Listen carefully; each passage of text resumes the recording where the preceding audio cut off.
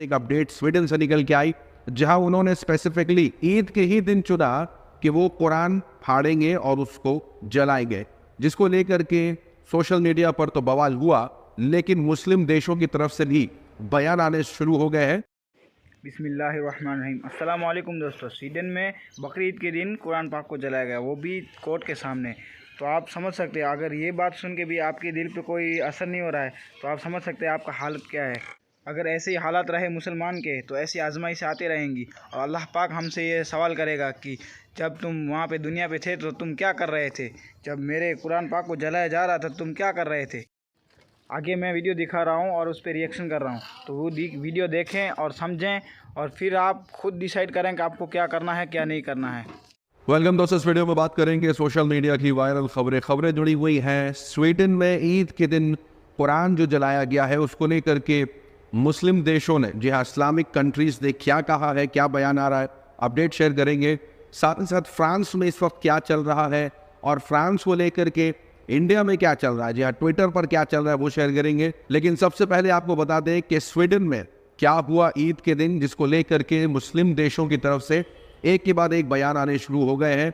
आपको याद होगा, फ्रांस और स्वीडन ऐसे मुल्क हैं जहां लगातार कुरान को खुलेआम जलाने की बात होती है, मुसलमानों के हिजाब की बात होती है।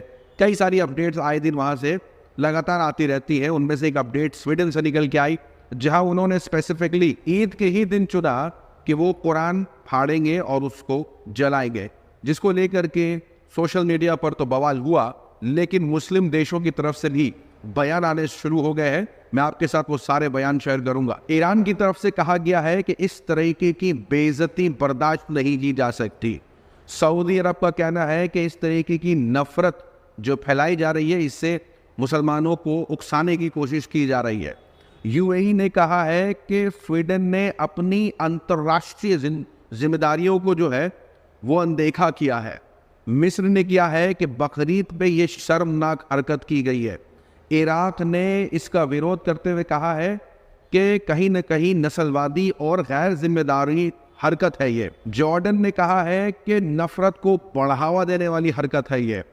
कुवैत ने कहा है कि कुरान को जलाना खतरनाक है। यमन ने कहा है कि मुसलमानों को भड़काने की कोशिश की जा रही है। सीरिया ने कहा है कि अपमानजनक कदम है। फिलिस्तीन ने कहा है कि लोकतंत्र और मानव अधिकारों का उल्लंघन है, उन पर हमला है। ओआईसी ने कहा है कि इस्लामी मूल्य और उनकी जो सोच है उसको कहीं ना कहीं उल्लंघन करने की कोशिश की गई है। यहाँ तक कि मुस्लिम बोर्ड लीग की तरफ से भी बयान आया है, जहां उन्होंने चेतावनी देते हुए ये बात कही है कि पुलिस की सुरक्षा में ऐसी हरकतें सिवाय नफरत को बढ़ावा और नस्लवाद को बढ़ावा देने के अलावा कुछ नहीं कर सकती, और ये सब कुछ फ्रीडम ऑफ एक्सप्रेशन के अंदर हो रहा है, जो कि एक्सेप्टेबल नहीं है। और अभी अपडेट आ रही है कि इसको लेकर के जो स्वीडन में कुरान को जलाया गया ईद के दिन, इसको लेकर के जो है वो बगदाद में भारी मात्रा में प्रोटेस्ट देखने को मिल रहा है। अब सोशल मीडिया पर एक तरफ स्वीडन की खबर तो दूसरी तरफ फ्रांस की खबर ट्रेंड कर रही है। फ्रांस में जो हुआ आपकी स्क्रीन पर बताया जा रहा, रिपोर्ट के मुताबिक कि एक नाबालिग लड़के ने जो है वो ट्रैफिक के नियम का उल्लंघन कर दिया था, जिसकी वजह से पुलिस ने, फ्रांस की पुलिस ने उसको गोली मार करके उसकी जान ले ली। वो अपराध बच्चे ने ट्रैफिक नियम का उल्लंघन जरूर किया था, लेकिन जिस तरीके से पुलिस ने उसको मौत के घाट उतार दिया, इसको लेकर के फ्रांस के अलग अलग हिस्सों में जोरों शोरों से विरोध प्रदर्शन देखने को मिल रहा है। भारी पुलिस फोर्स है, कहीं जगह आगजनी हुई है, लेकिन गोदी मीडिया जो है वो बन गया है कोई मिल गया के रोहित मेहरा की तरह। जी हाँ, उनको मणिपुर दिखाई नहीं दे रहा, लेकिन फ्रांस पर उनको सब कुछ दिखाई दे रहा है। सोशल मीडिया पर जम करके ट्रोलिंग चल रही है, क्योंकि अमीश देवगन जो है वो ट्वीट करते हैं, कहते हुए, जगह फ्रांस, क्या हुआ, कई शहरों में हिंसा और कोहराम, असर किसने किया, मत बोलो, संपूर्ण सन्नाटा है, सेकुलरिज्म के सारे सूरमा गायब है। यानी मणिपुर में ये गायब हो जाते हैं, लेकिन अभी भी फ्रांस के मामले में जो कुछ भी फ्रांस में हो रहा है, कई लोग इसकी आलोचना कर रहे हैं, लेकिन क्योंकि अपना एजेंडा चलाना है तो इसको लेकर के उन्होंने ये ट्वीट किया है।